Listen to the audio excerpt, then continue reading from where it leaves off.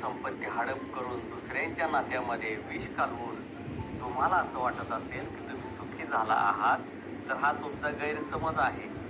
दुसऱ्यांचा हक्क मारून मिळवलेली संपत्ती तुमच्या काहीच कामाला येणार नाही. तुम्हाला दवाखान्यात जावं लागेल, गोळ्या औषधच खावे लागतील, औषधाचं निदानच होणार नाही. कधी हे होतंय, कधी ते होतंय.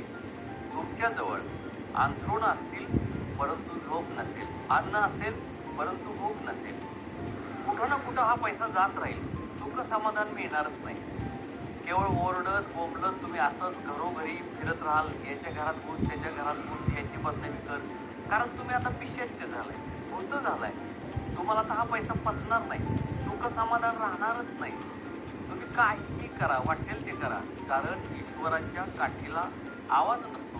ती अशा ठिकाणी बसते की ओरडताही येत नाही आणि बोंबलता पण येत नाही. म्हणून अजून सुधारा, सावध व्हा. तुम्हाला जर समाधान हवं असेल तर सत्कर्म करा आणि दुःख हवं असेल तर दुष्कर्म करा. चॉईस तुमची आहे. षडयंत्र